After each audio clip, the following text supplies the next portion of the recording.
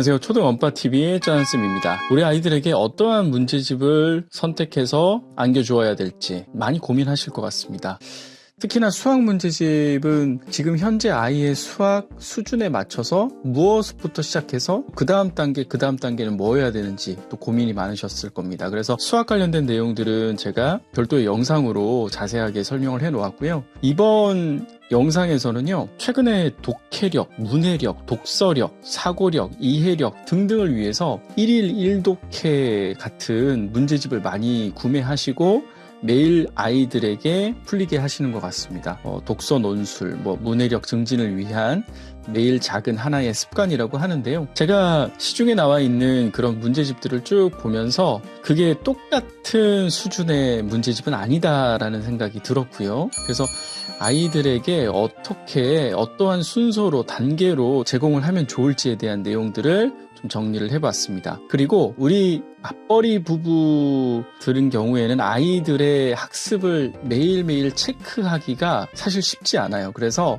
혹시 아이가 스마트폰이 있다라고 한다면 조금 스마트한 방법으로 아이의 학습 과제 숙제를 관리하는 그런 어플리케이션도 제가 안내를 드리도록 하겠습니다. 오늘 그래서 두 가지의 내용으로 안내를 드리도록 하겠습니다. 아이들에게 독서라는 것은 너무너무 중요한 학습 활동입니다. 이건 우리는 독서를 통해서 사고력이 길러지고 문해력이 좋아지고 이해력이 높아진다 등등의 어떤 얻게 되는 결과에 초점을 둬서 독서를 강조하는 경우가 사실은 많죠. 사실 그것도 틀린 건 아닙니다. 하지만 본래는 아이 스스로 책을 더욱 좋아할 수 있게끔 해주는 게 제일 중요할 겁니다. 그죠? 근데 아이들이 그런 책들을 읽어 나갈 때 과연 얘가 제대로 책을 읽고 그 내용을 이해하고 있는지, 그리고 그 안에 있는 어떤 인물, 사건, 배경에 대해서 나름 생각을 가지고 이 스토리 라인을 이해해 나가고 또 다 읽고 난 뒤에는 나름의 이 작품에 대한 생각을 가지고 있는지, 사실 많은 부모님들이 가지고 있는 의문 중에 하나입니다. 아이의 머릿속을 들여다볼 수도 없는 것이고, 또 책 한 권 읽었다고 해서 문제집을 풀어라 할 수도 없는 것이고, 책 읽고 난 후에 말해봐, 어떤 게 배웠어, 느낀 게 뭐야, 그래서 주인공은 어떻게 됐어, 이어질 이야기는 뭐고, 이렇게 할 수도 없는 노릇이지 않습니까? 그래서 매일 조금씩 수학 문제집 풀리듯이 독해력 문제를 많이 풀리시는 것 같아요. 그래서 하루에 30분, 40분 정도 할애해서 습관처럼 독해력 문제집을 풀게 하시는데, 처음에는 디딤돌 독해력으로 시작하셨으면 좋겠어요. 이게 그래도 가장 진입장벽이 낮은 문제집인 것 같아요. 그리고 어느 정도 아이가 나도 많이 맞는데? 그리고 해보니까 재미있네. 왜냐하면 짤막짤막한 글을 읽고 그 관련된 주제가 무엇인지, 중심 생각이 무엇인지, 또 여기에 나오는 어휘력에 대한 문제들, 이런 것들이 있다 보니까 약간 퀴즈처럼 맞추는 거잖아요. 그죠? 사실 우리가 동화책을 읽고 난 후에는 그런 퀴즈를 하는 경우는 잘 없는데, 이 독해력은 내가 글을 제대로 읽는지 스스로도 체크가 되니까 아이들이 재밌어하는 경우도 있어요. 근데 처음부터 어렵거나 진입장벽이 높으면 아이들이 금방 포기하거나 안 하려고 하죠. 그래서 첫 번째는 디딤돌 독해력으로 시작하시면 좋겠고요. 두 번째 단계는 우공비 일일 독해를 해보시면 좋을 것 같아요. 우공비 일일 독해 아마 들어보셨을 겁니다. 그죠? 그래서 단계별로 좀 가시면 이전보다는 살짝 어려운데 내가 못 해낼 건 아니네. 조금 더 글을 분석적으로 꼼꼼하게 읽어 나가야 되겠네 라는 생각이 들게끔 하는 문제집입니다. 그래서 우공비 일일 독해, 지문도 살짝씩 더 길어지고요. 그리고 지문의 내용도 디딤돌 독해력보다는 살짝 더 어려워집니다. 체감상 확 어려워진다 이런 건 아닌데, 살짝 더 다루는 책들도 그렇고 어려워진다라는 걸 느낄 수 있습니다. 그걸 하고 나면 그 다음 문제집은 뿌리 깊은 독해력을 풀어보면 좋을 것 같아요. 그래서 이제 어느 정도의 기초 체력, 기본기를 다졌다고 한다면 조금 더 장문의 글을, 그리고 조금 더 어려운 문제들, 그죠? 그러니까 수능 시험으로 치면 이제 국어 문제들의 기초에 해당이 되는 것이겠죠. 그죠? 이제 그런 문제들, 그리고 다루는 책들도 이제 꽤 초등에서는 좀 어려운 쪽에 들어가는 그런 구성이 되어 있습니다. 그래서 뿌리 깊은 독해력을 세 번째 문제집으로 선정을 했습니다. 그리고 마지막으로 저는 꼭 마지막 이 문제집을 해도 되고 안 해도 된다고 생각은 해요. 그런데 한번 도전해보고 싶고 내가 글을 정말 빠르고 정확하고 제대로 읽고 있는지를 계속해서 테스트해보고 싶고 아이도 이걸 즐기고 있다면 한번 해보셔도 좋을 것 같아요. 왜냐하면 이렇게 말씀드리는 이유가 억지로 하는 아이에겐 자칫 독이 될 수도 있어요. 내가 책을 그래도 재미있게 읽고 있는데 지금 되게 어렵다라고 느끼네. 나 제대로 못하고 있는 건가? 자칫 자신감이 꺾일 수도 있어서 조금 조심스러운 부분도 있습니다. 독해력 비타민이라는 문제집인데요. 아마 정답률이 앞에 있는 문제집보다는 조금 떨어질 겁니다. 쉽지 않아요. 문제도 그렇고 지문도 그렇고 다루는 책도 그렇고 그 지문의 양이나 길이도 그렇고요. 그래서 아마 정답률이 앞에보다는 분명히 작을 거라고 생각은 듭니다. 하지만 또 반복해서 읽고 왜 틀렸는지 분석해 나가는 것은 분명히 한 2단계 성장해 나가는 계기가 될 거라고 생각이 듭니다.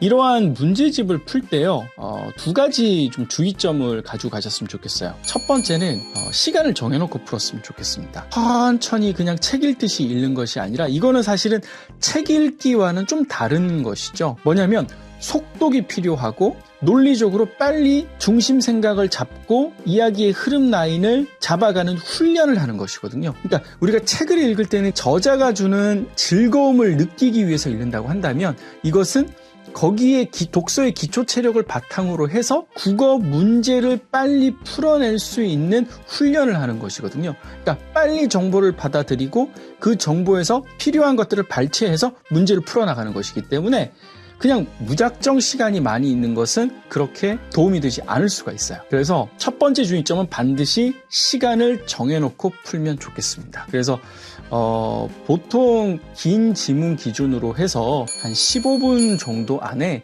지문 하나의 밑에 있는 딸려있는 문제들까지 해서 한 15분 정도 아이가 좀 많이 힘들어한다 그러면 처음에 20분 차츰 줄여나가는 것이죠. 그래서 그렇게 하고요.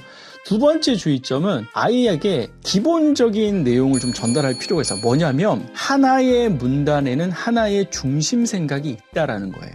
그래서 하나의 문단 안에 중심 생각이 무엇인지 밑줄을 그어가면서 풀면 좋겠다라는 거죠. 그러니까 사실 요거는 약간 처음에 코칭이 좀 들어갈 필요가 있어요. 그러니까 초등학생한테 이걸 하라 그러면 전부 다 밑줄 긋거나 아니면 아예 밑줄을 안 긋거나 양극단으로 치닫는 경우가 많은데 읽으면서 중요한 포인트는 동그라미 치고 핵심 문장엔 밑줄 긋고 경우에 따라서 화살표로 표시해 나가면서 문제를 풀어나가는 것이죠. 그죠? 2가지의 주의점을 가지고 문제를 풀 때 이게 좀 더 효과가 있고 또 성장해 나갈 수 있는 계기가 되는 것 같습니다.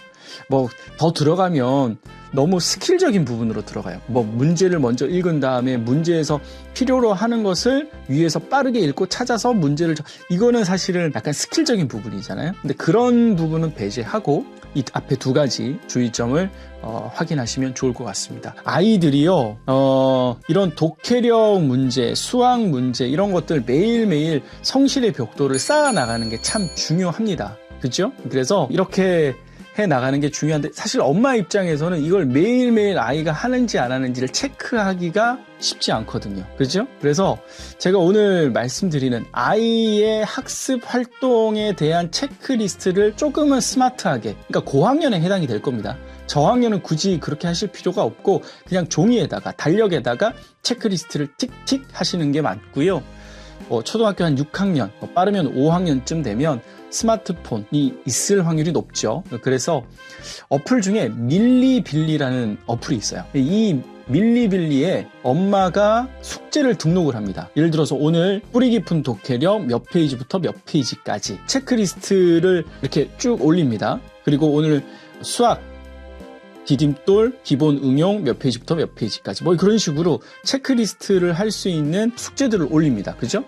그러면 아이가 그 숙제 리스트를 보고 완료를 딱 클릭을 해서 전송을 하면 엄마가 지금 아이가 숙제 수학과 뿌리 깊은 독해력이 끝났구나 라는 걸 바로 아실 수가 있어요. 그렇죠? 그리고 스케줄도 확인할 수가 있는 게 오늘은 월 수니까 예를 들어 태권도 가는 날이다. 그러면 그 스케줄도 그 어플에서 확인할 수가 있고요. 또 좋은 기능 중에 하나가 아이의 위치를 또 추적할 수 있어서 이 밀리빌리를 활용을 하시면 조금 더 아이의 어떤 그 체크해야 될 부분들 놓치지 않고 하실 수 있을 거라고 생각이 듭니다. 이렇게 쭉 문제집이든 어플이든 안내 드리는 거 저하고 아무 상관없다라는 거 미리 말씀드립니다. 저는 문제집을 들여다보고 또 분석해보고 또 그리고 좋은 어플이 없는지 이렇게 들여다보고 가장 괜찮은 것, 그래도 제 생각에 옳다고 생각되는 것들을